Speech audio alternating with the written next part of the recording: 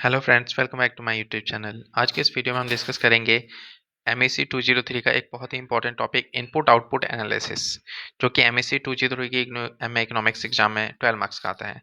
तो सबसे पहले हम स्टार्ट करते हैं। इनपुट आउटपुट एनालिसिस होता क्या है? Developed by wisely Leontief studies the independence among different sector of an economy. A key concept in this analysis is the technology coefficient matrix, which shows the technical relationship between input and output of the industry. तो यहाँ पे introduction में आपको पहले तो इनका नाम याद रखना है, फिर आपको ये बताना है कि technical relationship between input output ये शो करता है। तो इंट्रोडक्शन में आपको ये लिखना है, पूरे मार्क्स अगर आपको चाहिए तो। फिर उसके बाद हम चलते हैं मीनिंग ऑफ टेक्निकल कोएफिशिएंट। सबसे पहले आपको ये फॉर्मूला एकदम एज इट इज याद कर लेना है। A technological coefficient indicates the amount of input from one industry required to produce one unit of output in another industry.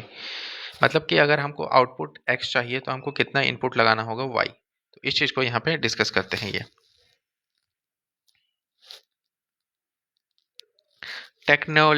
technological coefficient matrix. The technological coefficient matrix denoted by A is a matrix of all technological concept। और इसका हमें formula इस तरीके से हमको ये chart जो है आपको बेसिकली एग्जाम में बना के आना है। Each element A shows the direct input requirement from sector I to produce one input of sector J। Assumptions क्या है इसके? एग्जाम्पशंस हमको याद करने हैं। इसके चार एग्जाम्पशंस हैं basically. Fixed input output proportion होगा। Input are used in fixed ratios, no substitution possible. ये एजम्पशन माना गया है कि कोई भी सब्स्टिट्यूशन अवेलेबल नहीं है। कांस्टेंट रहेगा रिटर्न टू स्केल पे। Input requirement increase proportionally with output. No technological change, कोई भी टेक्नोलॉजिकल चेंज नहीं होगा। Production techniques remain unchange during the period.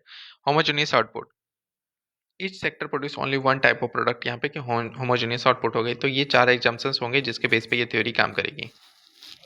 Significance of technological coefficient matrix. Significance क्या है? अब इसका इंपॉर्टेंट क्या है? सबसे पहले major independence, shows how industry depend on each other for inputs। Basic of Leontief model, form the core of input output model, ये हमारा ये रहेगा। फिर production planning, help estimate output level required to meet final demand. Production planning करने में help करता है, policy formulation में हेल्प करता है। फिर फोरकास्टिंग, प्लानिंग और उसके हिसाब से हमें फोरकास्टिंग में हेल्प करता है कि हमको फ्यूचर में क्या इनपुट की रिक्वायरमेंट रहेगी। तो ये इसके बेसिकली इंपॉर्टेंस है, ये एडवांटेज है, या इसकी रिक्वायरमेंट्स आप जो भी बोलना चाहें इसको बोल सकते हैं कि इसकी सिग्निफिकेंस क्या है, ये फॉर्मूला हम क्यों यूज करते हैं, या ये थ्योरी हम क्यों यूज करते हैं। ये एग्जाम्पल है आपको समझाने के लिए, आपको एग्जाम में नहीं लिखना है ये।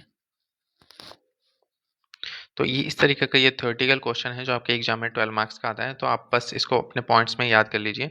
सबसे पहले आपको इंट्रोडक्शन लिखना है, फिर उसके बाद आपको क्या लिखना है? इसका मीनिंग, ये फॉर्मूला आपको लिखना है और मीनिंग, 2 पॉइंट आपके हो गए।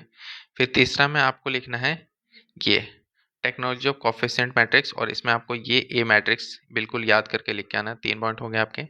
फिर उसके बाद आपको लिखना है कि एजम्पशंस क्या है, 4 पॉइंट हो गए।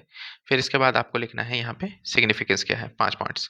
तो ये 5 पॉइंट्स जो है आपको इस क्वेश्चन के आंसर में आपको एग्जाम में लिखने के आने हैं टेक्नोलॉजी कोएफिशिएंट में, तभी आपको जाकर 12 मार्क्स मिलेंगे। ठीक है, तो हमारे चैनल को सब्सक्राइब करें और हमारे एमएससी 203 की प्ले लिस्ट देखें, क्योंकि ये बहुत ही टफ सब्जेक्ट है। तो आपको बहुत सारे क्वेश्चन लिख के सॉल्व करने होंगे, बहुत सारे क्वेश्चंस को रट के सॉल्व करने होंगे, रटना पड़ेगा। एनी हाउ एग्जाम निकालना है हमें। Thank you.